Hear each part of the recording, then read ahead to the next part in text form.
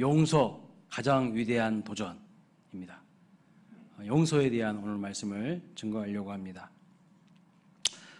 오늘 설교를 준비하면서 아주 오래전에 보았던 영화, 오늘이라는 영화와 또 미락이라는 영화가 생각이 났습니다.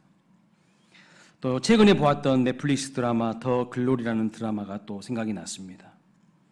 여러분, 이런 영화나 드라마에서 비춰진 우리 기독교의 모습은 어떤 모습일까요? 아주 부정적입니다. 아주 부정적이에요. 상식적이지 않는, 사회를 좀먹는 그런 존재가 기독교로 비춰지고 있어요. 그저 하나님께 기도하면 하나님이 다 용서해 주셨으니까 피해자들에게 뻔뻔하고 떳떳한 모습으로 비춰지는 그 성도의 모습에 기독교를 너무 많이 오해하고 또 비판적으로 그리고 있다는 생각에 답답해집니다. 그러나 실상 그 모습이 우리의 모습은 아닌지 다시 한번 점검해야 한다는 생각을 하게 됩니다. 미랑이라는 영화를 보게 되면 전도연 씨가 주인공으로 나오죠. 그리고 거기에 보면 아들이 하나 있었습니다. 그런데 그 아들이 납치를 당하고 결국 살해를 당하게 되는 것을 볼 수가 있어요. 아들을 잃은 비탄함과 슬픔에 빠져 있는데 교회를 통하여서 많은 위로와 또 격려를 받게 되고 결국 하나님의 사랑으로 아들을 죽인 사람을 용서하기 위해서 교도소를 찾아갑니다. 그런데 아들을 죽인 사람이 뭐라고 이야기합니까? 나는 교도소에서 주님을 믿게 되었고 내 모든 죄를 회개하고 용서를 받았으니 당신의 용서는 필요 없습니다. 이렇게 이야기를 해요. 그 말을 들으면서 주인공 전도연 씨가 정신이 돌아버리는 거예요. 내가 용서하지 않았는데 어떻게 이렇게 할 수 있냐면서 나에게 용서할 권한마저 빼앗아 가버린 그 하나님을 왜 내가 믿어야 합니까? 그때부터 소리치면서 이상한 행동을 하기 시작합니다. 또 최근에 보았던 더 글로리라는 드라마에서 송혜교 씨가 주인공으로 나오는데요. 학창시절에 심한 학교 폭력을 당합니다. 심한 집단 따돌림을 당합니다. 그리고 그녀의 인생은 복수하는 것을 인생 목표로 삼고 살아가게 돼요. 나중에 성인이 되어서 자기를 심하게 괴롭혔던 그 사람들, 자기 친구들 한 명 한 명씩 찾아가면서 이제 복수를 하게 되는데 그 중에 한 명이 누구냐면 목사의 딸로 등장하는 사람이에요. 근데 그 사람이 영화 미랑에서 나온 가해자와 똑같은 이야기를 합니다. 뭐라고요? 학창시절에 너를 괴롭힌 것은 사실이고 잘못된 일이 맞지만 자기는 하나님하고 다 이야기가 끝났다고 이야기합니다. 나는 하나님 앞에 다 용서를 구했고 회개했어. 그러니까 더 이상 너한테 나는 미안한 마음 없어. 미안하다는 말 한마디를 하지 않습니다. 다 용서 구했고 회개했다는 겁니다. 그러니 피해자인 송혜교 씨한테는 떳떳하다고, 과거에 내가 매여 있을 필요가 없다고, 다 지난 이야기라고 이야기를 합니다. 미안하다는 말 한마디를 하지 않아요. 여러분 어떠십니까? 정말 이런 모습이 기독교의 모습일까요? 정말 성경이 이렇게 가르치고 있습니까? 정말 교회가 이렇게 가르치고 있습니까? 둘 중에 하나라고 생각합니다. 하나는 작가나 감독이 성경을 잘 모르고 있거나 아니면 하나님 말씀대로 살지 못하는 크리스찬을 풍자하기 위하여서 이렇게 스토리를 전개한 것이죠. 여러분 정말 하나님께만 회개하면 되는 건가요? 하나님의 말씀인 성경을 보면 하나님께만 회개하면 피해자에게 용서를 구하지 않아도 된다고 그렇게 말씀하고 있습니까? 아니요. 반대로 이야기하고 있어요. 하나님은요, 하나님 앞에 회개하고 용서하는 것보다 피해자에게 가서 용서를 구하는 것을 더 중요하게 여기고 있다는 것을 아셔야 합니다.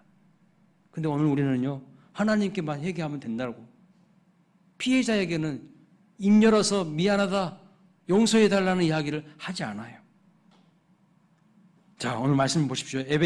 예수님이 하신 말씀 마태복음 5장 22절부터 24절입니다. 같이 읽어보겠습니다. 시작. 나는 너희에게 이르노니 형제에게 노하는 자마다 심판을 받게 되고 형제에 대하여 나가라 하는 자는 공회에 잡혀가게 되고 미련한 놈이라 하는 자는 지옥불에 들어가게 되리라. 그러므로 예물을 제단에 드리려다가 거기서 내 형제에게 원망 들을 만한 일이 있는 것이 생각나거든 예물을 제단 앞에 두고 먼저 가서 형제와 화목하고 그 후에 와서 예물을 드리라. 여기 라가라고 하는 자, 바보라는 뜻입니다. 형제에게 바보라고 하는 사람을 의미합니다. 말씀의 요지가 뭡니까? 하나님께서 원하시는 것은 형제에게 원망 들을 만한 일이 있거든 그것부터 먼저 용서를 구하고 용서를 빌고 화해하고 예배하라는 거예요. 그렇지 않고 드리는 예물 하나님이 받지 않으시겠다고 말씀합니다. 그런 예배 하나님이 받으시는 예배가 아니라고 말씀하고 있어요. 여러분 한 주간 살면서 지금 마음속에 뭔가 떠오르는 사람이 혹시 있습니까? 내가 분명히 그 사람에게 잘못했는데 떠오르는 사람이 있습니까? 예배 후에라도 꼭 전화를 하시든지 아니면 찾아가서 만나시든지 정말 용서를 구하시기 바랍니다. 하나님이 원하시는 이거예요. 뭐 입술로만 예배당에 와가지고 회개합니다. 뭐 용서해 주십시오. 하나님 그런 회개 안 받으신다는 거예요. 진짜 네가 잘못한 거 있다면 우리는 사회적 동물이고 관계적 동물이기 때문에요. 나 혼자서 살아가는 사람이 아니잖아요. 분명히 나의 실수는요 다른 사람에게 아픔을 가져오게 하고요. 나의 잘못은 다른 사람을 넘어지게 할 때가 많아요. 그렇기 때문에 분명하게 그 형제에게 그 사람에게 찾아가서 용서를 구하고 화해한 후에 하나님께서 예배하라고 말씀하고 있는 것을 볼 수가 있습니다. 마태복음 16장 19절 그리고 마태복음 18장 18절 말씀 보면 이런 말씀이 나옵니다. 같이 읽어보겠습니다. 내가 천국 열쇠를 내게 주리니 땅에서 무엇이든 매면 하늘에서도 매일 것이요 내가 땅에서 무엇이든지 풀면 하늘에서도 풀리리라 하시고 이 말씀은 예수님께서 누구에게 천국 열쇠를 주셨다는 거예요? 교회에게 천국 열쇠를 주셨다고 말씀합니다. 그러면 교회가 누구일까요?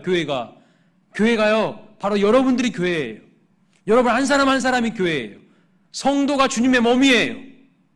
너희 안에 주의 성령이 거하시는 것을 알지 못하느냐? 너희가 성전이라고 했어요.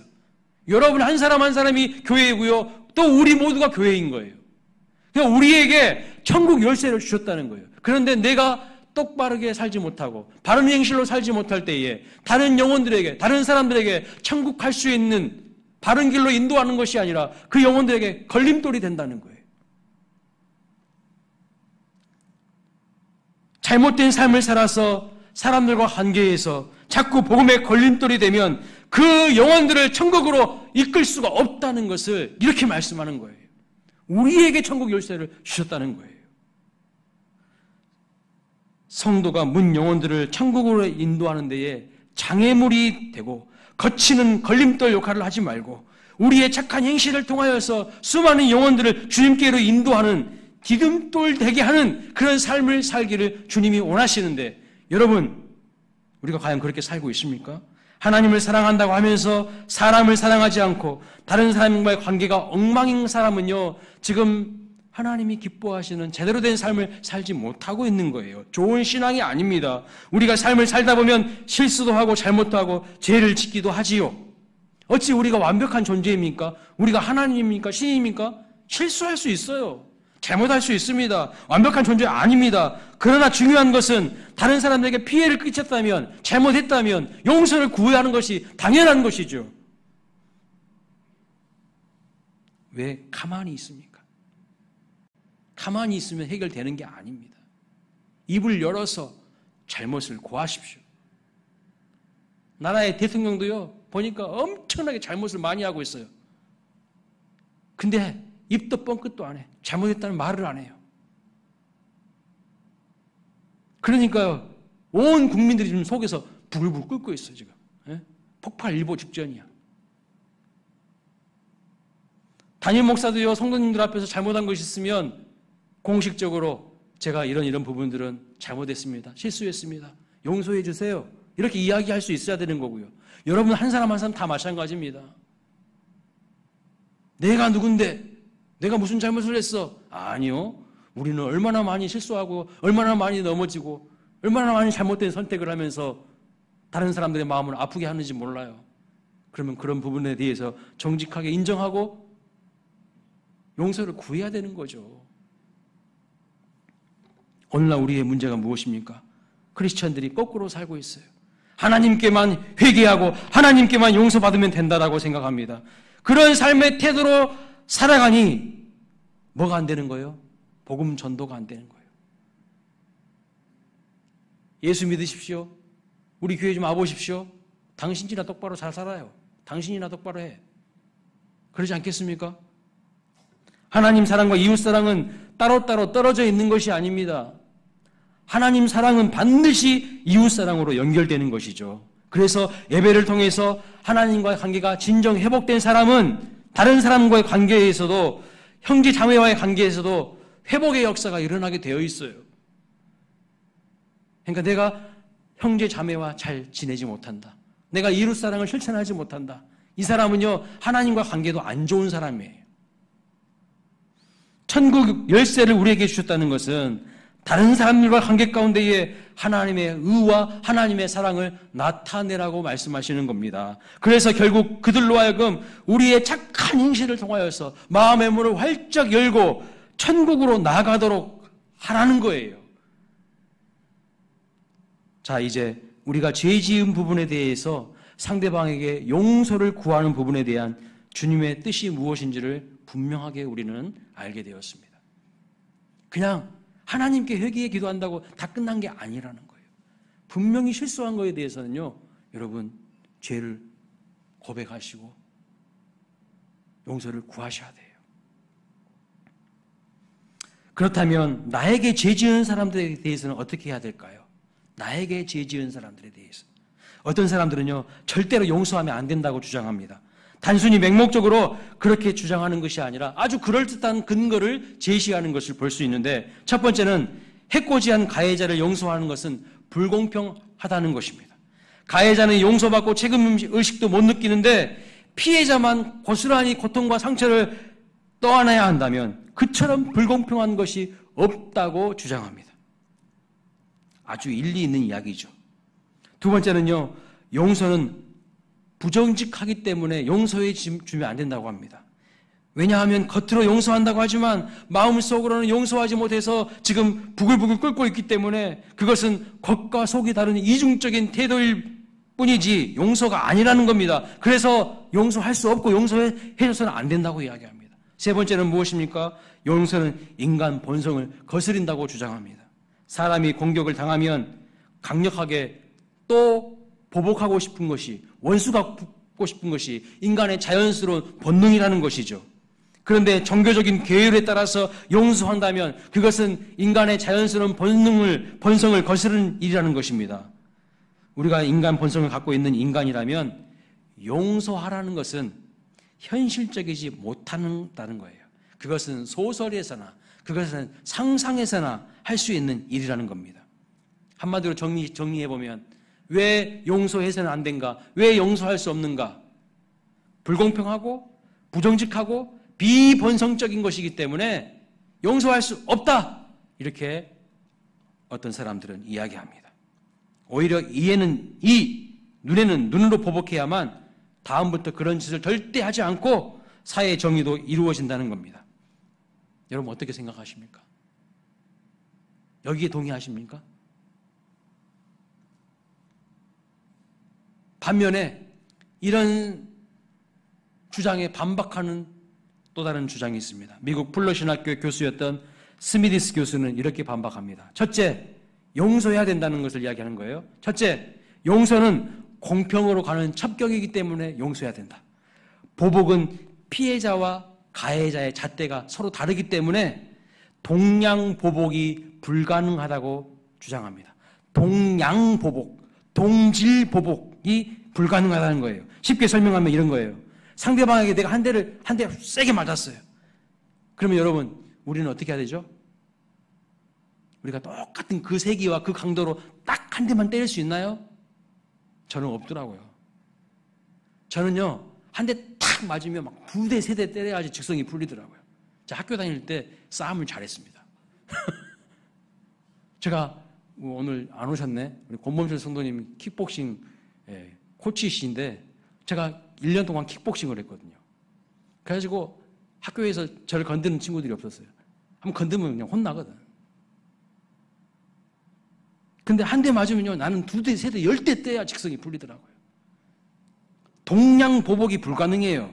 받는 것보다 몇 배로 보복하게 되는 이 악순환의 고리를 끌지 못하기 때문에 심적, 물적 불공평이 더 심화된다는 거예요. 계속해서 악이 자라나지 어떻게 똑같이 동량보복이 가능하다는 거예요. 겁니까? 그래서 보복하는 것은 오히려 더 불공평한 거라는 거예요. 두 번째, 용서는 정직한 대응이기 때문에 용서해야 된다고 말합니다. 먼저 가해자의 악을 축소하거나 부정하거나 묵인하지 않고 분명하게 책임을 묻고 그로 하여금 참여하는 태도 변화를 요구하죠. 그 후에 하는 게 용서이기 때문에 용서는 상황에 정직하게 대응하는 것이라는 것입니다. 맞는 말이죠. 세 번째, 용서도 본능에 부합한다고 주장합니다. 왜냐하면 복수만이 아니라 용서도 하나의 본능이라는 거예요. 하나님이 주신 본능이라는 거예요. 마치 식욕이라는 본능 위에 뭐가 있습니까? 식욕이라는 본능 위에 자아실현이라는 욕구와 본능도 있잖아요. 그런 것처럼 아름다움을 찾는 예술적인 본능이 있듯이 용서는 복수를 뛰어넘는 더 고차원의 본능이라는 것입니다. 자연스러운 일이라는 거예요. 따라서 보복만이 자연스럽고 용서는 부자연스럽다? 그것은 거짓말이라는 것이죠. 그래서 용서는 공평으로 가는 첩경이고 용서는 정직한 대응이고 용서도 오히려 본능에 부합하고 자연스러운 일이기 때문에 우리는 용서해야 됩니다 라고 주장하는 견해도 있습니다. 여러분 어떻게 생각하십니까? 여러분 우리가 사탄 마귀 꾀임에 이끌려서 상대방을 정죄하고 미워하고 보복하는 마음을 품고 행동으로 옮길 수 있지만 성령의 충만함을 통해서 나를 미워하는 사람을 예수님처럼 용서하고 사랑할 수도 있습니다. 얼마든지 그런 사람들 많이 있어요. 우리 믿음의 선배들 가운데, 우리 믿음의 주변의 인물들 가운데요, 얼마든지 나를 해롭게 하고 나에게 상처 주고 나를 어렵게 하는 사람들 용서해주고, 아니요, 그 용서보다 더 큰 사랑으로, 그 미움보다 더 큰 사랑으로 품어준 사람들 얼마나 많은지 몰라요. 우리는 단순히 악한 본능에 따라서 움직이는 기계가 아닙니다. 선택할 수 있는 자유의지를 주셨습니다. 분명히 성령께서 우리와 함께 하시고 우리를 도우시죠. 그래서 내가 보복함으로 더 많은 죄를 짓는다면 그 결과에 대한 책임은 누가 져야 되냐면 내가 져야 되는 거예요. 만약 보복한다면요, 더 안 좋은 일들이, 더 죄의 악순환들이 끊이지 않고 자라갈 것입니다. 사랑하는 여러분, 복수 본능에 휘둘리고 싶지 않으면 용서하는 것이 더 자연스럽습니다. 고칠 수 없는 불행한 과거에 매여 있지 않고 열린 미래를 향하여 나아가시기를 원한다면 용서하는 것이 맞아요. 보복을 꿈꾸는 것은 무엇과 같냐면요, 독사를 품에 안는 것과 같아요. 언제 물어뜯을지도 모르는 독사를 끌어안고 사는 사람은 없습니다. 그것은 자살 행위이기 때문이죠. 괴물과 같은 상대방을 여러분 복수하려고 하는 순간 내가 더 잔인한 괴물이 된다는 것을 알아야 합니다. 그렇지 않습니까? 내가 저 사람 나에게 한 짓 보면은 전혀 마음에 안 들어. 그래서 보복하고 싶어요. 그래서 품는 순간 내가요 점점 괴물이 되어져 가요. 내가 더 점점 이상한 사람 되어져 갑니다. 그것이 상대방을 이기는 길이 아니라 오히려 나를 망치는 길이라는 것을 알아야 합니다. 많은 심리학자들이 이렇게 이야기합니다. 용서하지 못하는 미워하는 마음은 내 안에 썩은 사과 하나가 있는 것과 같다. 그런데 그 썩은 사과를 방치하면 내 마음 안에 있는 다른 좋은 사과들도 다 썩게 된다. 여러분, 사과 상자 안에 사과 하나가 딱 썩어 있어요. 빨리 그것을 치우지 않으면, 그 자리에서 빼내지 않으면 가만히 놔두면 어떻게 됩니까? 다른 사과들 다 썩게 되는 거예요. 내 마음 안에 상한 마음이 있어요. 그거 치유하지 않고 가만히 내버려 두고 미워하는 마음 가만히 내버려 두면 그 마음이 내 마음을 온통 다 뒤집어 놔요. 나를 이상한 괴물로 만들어 놔. 빨리 십자가 앞에 내려놓고 상한 마음을 치료받고 해결받아야 되는 것입니다. 용서는 상대방을 위한 게 아니라 그래서 1차적으로 나를 위한 거예요. 나를 먼저 위한 거예요. 용서하지 못하는 마음이 나를 정말 병들게 하고 나를 인간답게 살지 못하도록 만든다는 것을 아셔야 합니다. 그래서 우리 주님은 이런 영적인 배경, 심리적인 배경을 기초해서 우리에게 명령하십니다. 뭐라고요? 우리가 이미 예수님의 십자가의 죽으심을 통하여서 내 죄사함을 받고 하나님께 큰 용서를 받은 존재이기 때문에 너희들도 너희들에게 죄 지은 자들을 용서하라고 그렇게 주님께서 분명히 말씀하고 있습니다. 그렇다면 여러분 누가 용서할 수 있을까요? 누가 용서할 수 있을까요? 예수님은 우리에게 용서하라고 말씀하실 수 있죠. 왜냐하면 예수님은 그럴 만한 할 자격이 있으시잖아요. 죄인된 인간을 용서하기 위하여서 친히 십자가에서 우리를 위하여서 대신 죽으셨지 않습니까? 나의 죄 문제, 인간의 죄 문제에 대해서 친히 예수님께서 십자가에서 그 대가를 지불하시고 용서를 해주셨기 때문에 예수님은 우리에게 상대방의 죄와 허물에 대해서 용서하라고 얼마든지 예수님은 말하실 수 있는 자격이 있습니다. 그런데 우리가 감히 누군가에게 너에게 죄 지은 사람 용서하라고 그렇게 말할 수 있을까요? 강요할 수 있을까요? 여러분 용서가 강요해서 되는 문제입니까? 아니에요. 여러분이 더 잘 아시잖아요. 우리가 우크라이나 국민들에게 러시아 푸틴 대통령 용서하라고 말할 수 있습니까? 그들이 얼마나 큰 피해를 입고 좌절과 절망 가운데 살아가는데 그저 아무 일 없었다는 듯이 용서하라고, 용서해야 된다고 그렇게 할 수 있습니까? 우리는요, 우크라이나 국민들에게 그렇게 말할 자격이 없습니다. 물론 그렇다고 보복하라는 뜻은 더욱이 아닙니다. 여러분, 일본이 일제시대에 우리나라에 얼마나 큰 죄를 저질렀고 만행을 저질렀습니까? 그런데 그 저질렀던 만행을 아무 일 없었다는 듯이 웃으면서 용서할 수 있을까요? 일본을 그렇게 그냥 아무 일 없었다는 듯이 웃으면서 용서할 수 있을까요? 우리는 일제시대에 살지 않았기 때문에 얼마나 큰 고통을 당했는지, 얼마나 큰 피해를 입었는지 피부로 와닿지 않기 때문에 모르겠어요. 쉽게 그런 이야기 할 수 있을지 모르겠지만 직접 그 피해를 입은 당사자, 직접 강제징용돼서 끌려갔던, 위안부로 끌려갔던 그 할머니들에게 용서해야 됩니다. 그렇게 말할 수 있을까요? 아니요. 그렇게 해서는 안 됩니다. 그럴 자격 우리에게 없어요. 그것은 또 다른 폭력이에요. 인생을 살다 보면 억울한 일이 일어나고 일어나서는 안 되는 일들이 얼마나 많이 일어났는지 모릅니다.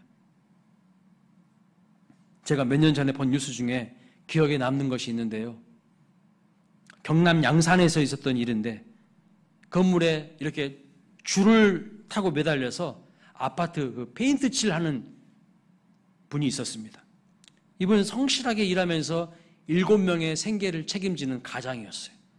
그런데 이제 어느 날 똑같이 아파트 페인트 칠을 이렇게 하고 있었는데 좀 지루했던 것 같아요. 그래서 핸드폰을 딱 꺼내서 음악을 딱 틀어놓고 그 음악을 틀어놓으면서 일을 하는 거예요. 근데 그 아파트 사는 사람이 그 노래 듣기 싫다고 옥상으로 올라가서 공업용 커터칼로 밧줄을 딱 잘라버린 거예요. 그래서 떨어져 죽었어요. 여러분, 이 사람 용서할 수 있습니까? 이런 나쁜 짓 한 사람 용서할 수 있냐고요? 이것은 제3자가 용서하라고 할 수 있는 문제가 아닙니다. 오히려 피해자에게는요, 깊은 마음의 그 상실감, 그 아픔에 대한 위로가 필요한 거죠. 깊은 애도가 필요한 거예요. 애도의 시간이 필요한 거예요. 치유가 필요한 것입니다. 용서는 그 다음 문제예요. 사람의 의지로 용서할 수 있는 문제가 아니죠. 우리가 뭐라고 우리가 용서할 수 있겠습니까? 나에게 피해를 주고 나에게 심한 상처를 준 사람을 어떻게 우리가 우리의 힘으로 용서할 수 있겠습니까? 없어요. 송혜교 씨가 2011년에 주인공으로 나왔던 영화 오늘이라는 영화가 있습니다. 여러분도 한번 시간 되시면 보시면 좋을 것 같아요. 같은 문제가 대두됩니다. 그 영화에서요, 주인공 송혜교 씨의 약혼자가 있었어요. 약혼자가 있었는데 한 고등학생이 몰았던 오토바이에 치여서 뺑소니 사고로 죽게 됩니다. 그런데 성당에서 신부와 수녀님들은 뭐라고 말하냐면 무조건 용서해 줘야 된다고 이야기해요. 무조건 용서하라고. 그리고 법원에서도 아직 어리니까 선처해 달라고. 그냥 용서하라는 거예요. 그냥 없었던 일로 덮자는 거죠.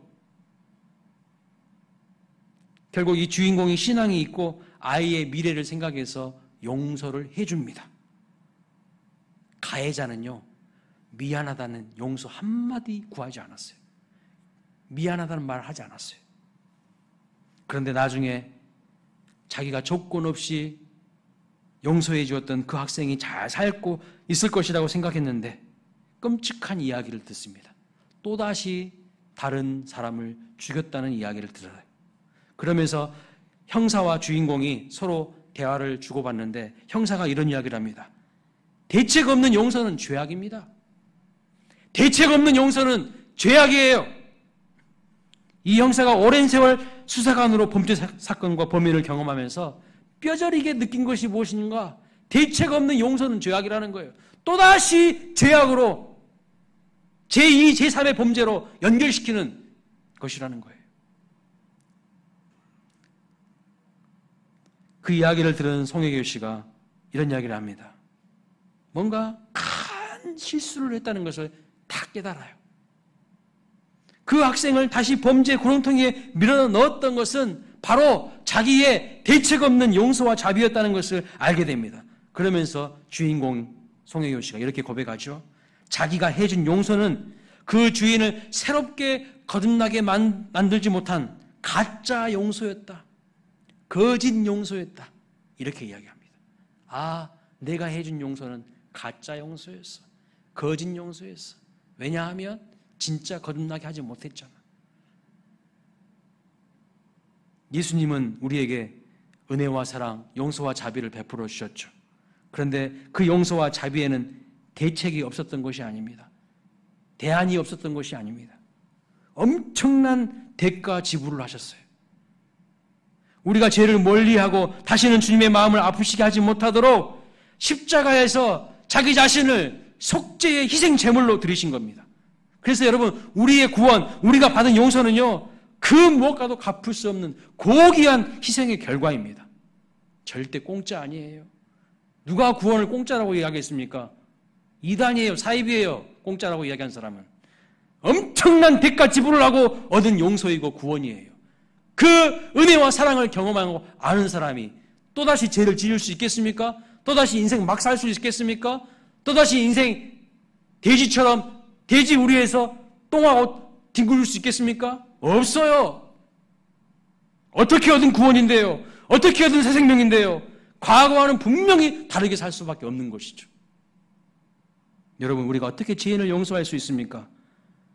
우리가 이렇게 구제불능의 죄인이었고 하나님의 하는 은혜로 용서받은 구원받는 그런 존재가 되었다는 것을 진짜 믿는 사람만이 다른 사람의 죄에 대해서 용서할 수가 있어요.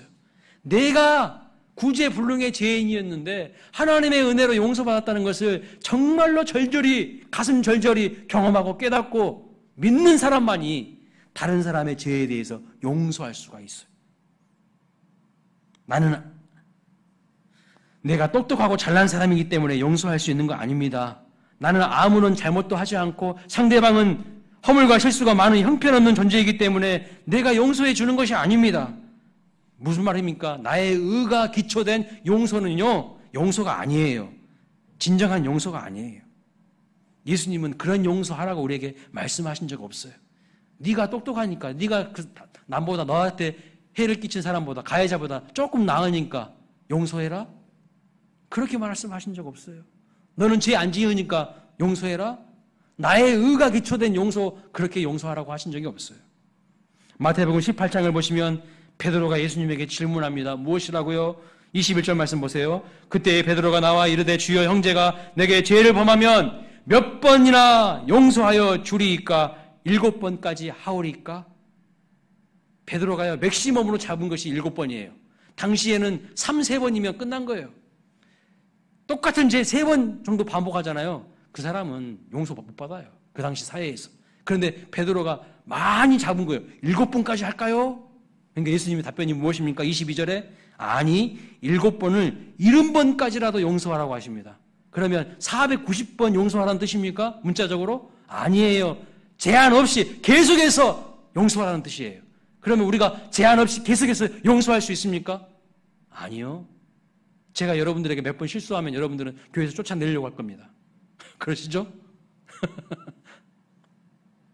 우리는요, 제한 없이 어떻게 용서해요, 우리가? 이 말은 무슨 말이냐면 용서할 수 없다는 것을 말하는 거예요. 인간의 힘으로 용서할 수 없어. 그 말씀을 하시는 거예요. 490번 용서하는 게 아니고 계속해서 용서할 수 있다는 게 아니고 인간의 힘으로는 용서할 수 없다는 것을 이렇게 주님이 말씀하시는 거예요.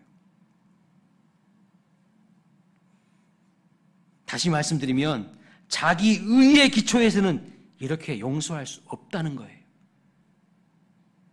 우리에게는 이렇게 누군가를 용서할 만한 마음의 힘이 없어요. 그것을 정직하게 인정할 필요가 있습니다. 그것을 분명히 알라고 지금 말씀하시는 거예요. 용서는 그래서 일방적으로 남에게 강요할 수 있는 문제가 아닙니다. 내 의지로 쉽게 되는 문제가 아닙니다. 그럼 어떻게 해야 될까요? 그냥 내버려 두세요. 억지로 하지 마시고요. 그것은 우리의 능력으로 할 수 없는 것이라는 것을 인정하는 것이 중요해요. 그 말씀은 무슨 의미입니까? 하나님의 은혜와 사랑이 내 마음에, 내 영혼에 차올라야 가능하다는 거예요. 하나님의 은혜와 사랑 아니고서는 도저히 용서할 수가 없다는 거예요. 그래서 미움과 증오를요, 칼로 탁 이렇게 무 자르듯이 정확하게 잘라서 내 마음에서 도려낼 수 있습니까? 그럴 수 있는 사람 없어요. 단 한 사람도 없어요. 하나님의 은혜의 풍성함이 내 마음에 충만하게 내 마음에 차오르면 자연스럽게 그 미움과 증오가요, 떠밀려 가기 시작합니다. 절대 떠밀려 가지 않을 것 같은 내 마음속에 딱하니 고착되어 있고 자리 잡고 있었던 그 분노의 마음, 용서하지 못할 보복하고 싶은 마음, 저 인간은 인간도 아니야. 그 마음들, 하나님의 은혜와 사랑이 내 마음속에서 밑바닥에서부터 차오르기 시작하면요, 저절로 밀어나게 돼 있어요. 떠밀려져 가게 돼 있어요. 그저 상처 입은 내 마음과 영혼이 치유되게 해달라고 먼저 기도하는 것이 중요합니다. 그리고 상대방 가해자의 문제에 대해서는 내가 보복하는 것이 아니라 공평전대하게 모든 것을 선악간에 판단하시고 심판하시는 하나님께 맡기라고 말씀하고 있어요. 로마서 12장 19절에 이렇게 말씀하죠. 너희가 친히 선악간의 원수를 갚지 말고 하나님의 진노하심에 맡기라. 하나님의 영역이라는 거예요. 심판하시는 것은. 자꾸 내가 심판관 되지 말라는 거예요. 내가 검사 되지 말라는 거예요. 요즘 검사들 하는 거 보면 정말 마음에 안 들어요. 내가 검사 되지 말라는 거예요. 요즘 판사들 하는 거 보면 진짜 마음에 안 들어. 내가 판사 되지 말라는 거예요. 그 하나님이 하시겠다는 거예요. 예수님께서 베드로의 질문 이후에 답변하시면서 기가 막힌 사례를 말씀하시죠. 1만 달란트 빚진 자가 있는데요, 하나님 주인이 그것을 탕감해 줍니다. 1만 달란트 빚진 자가 누구입니까? 우리를 말하는 거예요. 인간을 말하는 거예요. 하나님 앞에서 아무런 내세울 것도 없는 죄인을 1만 달란트 빚진 자로서 비유하고 있는 것입니다. 하나님 앞에서 영적으로 육적으로 무능한 부패한 인간, 파산맞은 인간을 그렇게 비유하고 있어요. 정확하게 거기 보시면 단어에 파산맞은 사람이라고 나와요. 1만 달란트가 얼마 정도 되냐면요, 노동자 하루도 빠지지 않고 16만 년 동안 일한 임금이에요. 16만 년 동안. 어마어마한 금액이죠. 그래서 노동자 하루의 임금을 5만 원으로 계산하면 3조예요, 3조. 10만 원으로 계산하면 6조예요, 6조. 엄청난 금액입니다. 그렇게 어마어마한 죄의 빚을 진 인물이 우리 인간이라고 말씀하고 있어요. 근데 하나님께서 용서해 주시고 탕감해 주셨다는 것을 비유하고 있는 겁니다. 그런데 이렇게 큰 빚을 탕감받은 사람이 자기 동료가 자기에게 100데나리온의 빚을 졌는데 용서해 주지 않고 옥에 가둬버립니다. 옥에 쳐넣어버려요. 여러분 100데나리온은 얼마일까요? 100일 동안 일한 임금이에요. 그러니까 10만 원씩 잡고 100일이면 얼마예요? 1000만 원이에요. 나는 6조 원의 빚을 탕감받았는데 나에게 빚을 진 1000만 원 빚을 진 사람을 용서해 주지 못하겠습니까? 비교도 되지 않는 금액입니다. 이 소식을 들은 주인이 1만 달란트 탕감받은 그 사람을 잡아서 옥에 가둬버립니다. 그러면서 뭐라고 하신지 보십시오. 32절부터 34절 같이 있습니다. 시작. 이에 주인이 그를 불러다가 말하되 악한 종아, 내가 빌기에 내가 내 빚을 전부 탕감하여 주었거늘 내가 너를 불쌍히 여김과 같이 너도 내 동료들을 불쌍히 여김이 마땅하지 아니하냐 하고 주인이 노하여 그 빚을 다 갚도록 그를 옥졸들에게 넘기니라. 이 주인이 1만 달란트 빚진 자를 다시 감옥에 쳐넣은 이유가 무엇입니까? 1만 달란트 못 갚았기 때문입니까? 아니에요. 충분히 은혜와 사랑, 용서와 자비를 받았습니다. 그러나 그 은혜를 망각하고 다른 사람을 용서하지 못했기 때문이에요. 자기는요 엄청난 죄에 대한 빚을 탕감받았으면서도 남에게는 요만큼도 용서해 주지 못해. 내 눈에 있는 들보는 보지 못하면서 남의 눈에 있는 티만 보고 있어. 어리석은 거죠. 똥 묻은 개가 무슨 재 묻은 개를 뭐라 한다고. 예수님이 지금 할 수 없는 것 강요하신 것이 아닙니다. 충분히 죄 용서받은 그 은혜와 사랑으로 다른 사람들을 얼마든지 용서하고 자비를 베풀 수 있음에도 불구하고 그렇게 하지 않았기 때문에 그를 감옥에 쳐넣은 거죠. 받은 바 은혜를 헛되이 하는 사람이었기 때문입니다. 무엇을 말씀하시는 걸까요? 우리의 의로는 누군가를 용서할 수가 없다는 거예요. 우리가 어떻게 용서할 수가 있습니까? 그러나 하나님께 받은 사랑과 그 은혜, 그 용서와 자비를 진정 가슴 절절히 경험하고 아는 사람이라면 그 받은 바 용서를 능히 실천할 수 있다는 것을 말씀하고 있어요. 충분히 하고도 남죠. 문제는 뭐예요? 내가 용서받은 죄인이라는 사실을 망각하는 거예요. 잊어버리는 거예요. 내가 괜찮은 사람이라고. 자기 의로 똘똘 뭉쳐있으면요 용서 못하죠. 어떻게 용서합니까? 오늘 본문은 마치 우리에게 죄 지은 자를 용서해 주면 하나님께서 우리의 죄를 용서해 주시는 것처럼 번역이 되어 있습니다. 그렇죠? 마태복음 6장에서도 우리가 우리에게 죄 지은 자를 사하여 준 것 같이 우리 죄를 사하여 주시옵소서. 마치 조건절로 되어 있어요. 우리가 우리에게 죄 지은 자를 용서해 주지 않으면 하나님도 우리의 죄를 용서해 주시지 않으시겠다고 하는 것처럼 그렇게 보입니다. 그렇게 오해하기 쉽게 되었어요. 번역이. 근데 제가 원문을 딱 보니까요. 그게 아니야. 정확하게 번역이 좀 안 됐어요. 문법적으로 좀 문제가 있어. 원문을 직역하면 이런 뜻이 아니에요. 전혀 아니에요. 이렇게 번역해야 맞습니다. 하나님께로부터 죄를 용서받은 것처럼 우리도 그렇게 살겠습니다. 이게 원문의 뜻이에요. 우리가 하나님께 죄 용서받은 적이 없는데 어떻게 누군가를 용서합니까? 그러나 우리가 하나님께로부터 무엇과도 갚을 수 없는 놀라운 은혜와 용서와 자비를 받았기 때문에 그 힘으로, 그 은혜로 다른 사람을 용서할 수 있는 거예요. 그래서 메시지 성경에서도 이렇게 번역합니다. 하나님 아버지께 용서받은 우리가 다른 사람을 용서하게 하소서. 완전히 의미가 달라지지 않습니까? 그래서 여러분, 용서하려고 노력하지 마십시오. 용서하려고 마음에 용서할 마음도 없는데 막 용서하려고 막 아둥바둥 그렇게 노력하지 마세요. 또 누군가에게 내가 제3자인데 용서하라고 강요하지도 마세요. 어떻게 해야 된다는 말씀입니까? 그 십자가의 사랑과 은혜를 경험하고 누리시기 바랍니다. 나 같은 죄인을 용서해 주시고 자연 삼아 주시고 구원하여 주신 그 하나님의 사랑 앞에 여러분들이 깊이 녹아지세요. 그것을 경험하고 누리시기 바랍니다. 그것이 바로 용서로 나아가는 길이고 풍성한 삶을 살게 되는 비결이에요. 풍성한 삶을 여는 열쇠예요. 무엇이라고요? 하나님의 은혜와 사랑 앞에 여러분이 녹아지시기 바랍니다. 그러면 자연스럽게 내가 다른 사람을 용서하게 돼요. 이해하게 되고 품게 돼요. 그 은혜와 사랑으로 살아가는 저와 여러분 되시기를 주님의 이름으로 축원합니다.